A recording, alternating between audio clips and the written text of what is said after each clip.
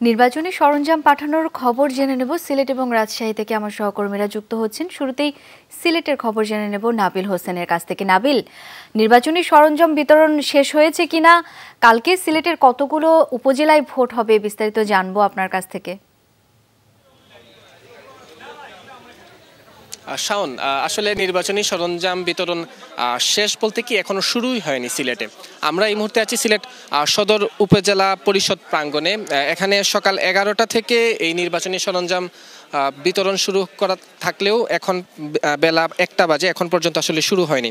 আমরা দেখেছি যে কিছুক্ষণ আগে আসলে নির্বাচনের যারা কর্মকর্তারা আছেন তারা এখানে এসে উপস্থিত হয়েছেন এবং তারা শুরু করার যে ধরনের প্রস্তুতি সেই প্রস্তুতি ইতিমধ্যে সম্পন্ন করেছেন। হয়তো অল্প কিছুক্ষণের মধ্যে এই যে সরঞ্জামগুলো সেগুলো বিতরণ শুরু হবে। এর আগে সকাল থেকেই যারা কেন্দ্রের প্রিজাইডিং অফিসার যারা আছেন, পাশাপাশি সহকারী প্রিজাইডিং অফিসার যারা আছেন, তারা এখানে উপজেলা পরিষদ প্রাঙ্গণে উপস্থিত হয়েছেন। আইন শৃঙ্খলা নিরাপত্তার দায়িত্বে যারা আছেন, আনসার সদস্য, পুলিশ, তারাও আসলে এখানে উপস্থিত হয়েছেন। নির্দিষ্ট বাহন সবকিছু আসলে প্রস্তুত, কিন্তু এখন পর্যন্ত বিতরণ শুরু হয়নি এবং বিতরণ শুরু হলে নির্দিষ্ট বাহনে করে নির্দিষ্ট আইন শৃঙ্খলা বাহিনী তারা কেন্দ্রে কেন্দ্রে তাদের যে বিভিন্ন যে নির্বাচনী সরঞ্জাম সেগুলো তারা কেন্দ্রে পৌঁছে নিয়ে যাবেন।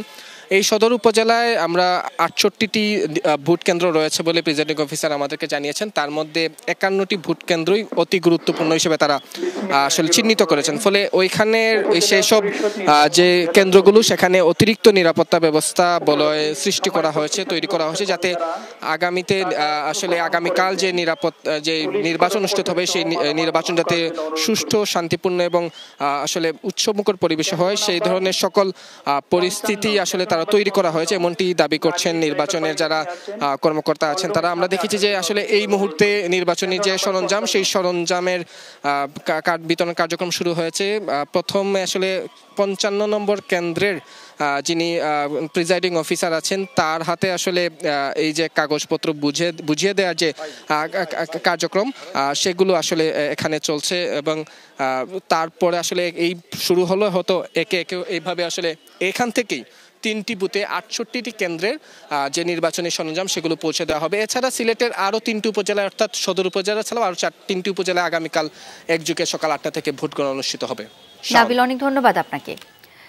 এবার একটু রাজশাহীর খবর জানবো, তারেক মাহমুদ সঙ্গে আছেন। তারেক, সরঞ্জাম বিতরণ কোন পর্যায়ে, বিস্তারিত জানতে চাই আপনার কাছ থেকে।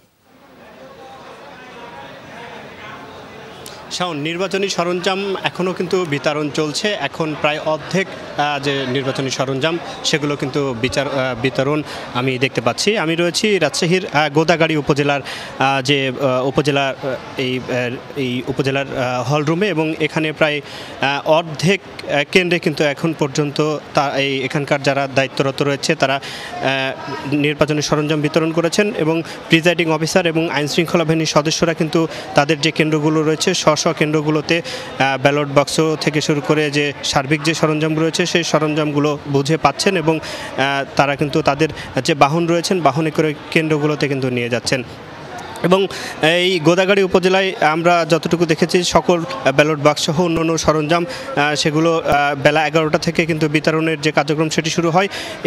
এর মধ্যে প্রিজাইডিং কর্মকর্তারা তারা উপস্থিত ছিলেন এবং নির্ধারিত কেন্দ্রের যে দায়িত্বরত আইনশৃঙ্খলা বাহিনীর সদস্যরা তাদের কিন্তু জিম্মায় দেওয়া হচ্ছে সেগুলো এবং সেই মালামালগুলো কিন্তু তারা নিয়ে যাচ্ছেন। এবং রাজশাহী নির্বাচনের রিটার্নিং কর্মকর্তা আমাদেরকে যেমনটি জানিয়েছেন যে প্রথম ধাপে নির্বাচনে গোদাগাড়ী এবং তানোর এই 2টি উপজেলায় মোট 168টি কেন্দ্রে কিন্তু ভোট অনুষ্ঠিত হবে এবং এর মধ্যে 155টি কেন্দ্রই কিন্তু গুরুত্বপূর্ণ বা ঝুঁকিপূর্ণ বলা হচ্ছে এবং গুরুত্বপূর্ণ প্রত্যেকটি কেন্দ্রে 4 জন পুলিশ এবং 16 জন আনসার সদস্য থাকবেন এবং গোদাগাড়িতে মোট 5 প্লাটুন বিজিবি এবং তানোরে 2 প্লাটুন বিজিবির সদস্য মোতায়েন থাকবে।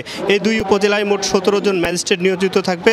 এছাড়াও র্যাব, পুলিশ এবং আইনশৃঙ্খলা বাহিনীর সদস্য তারা কিন্তু নজরদারির মধ্যে রাখবেন।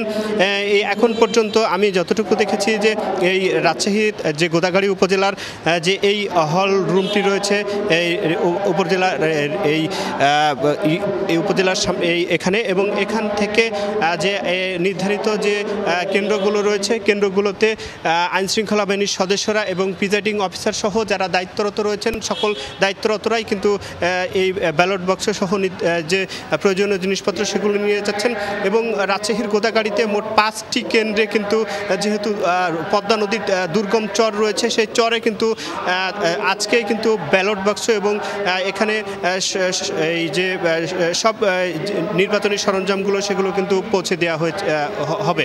শাওন, তারেক, ধন্যবাদ আপনাকে।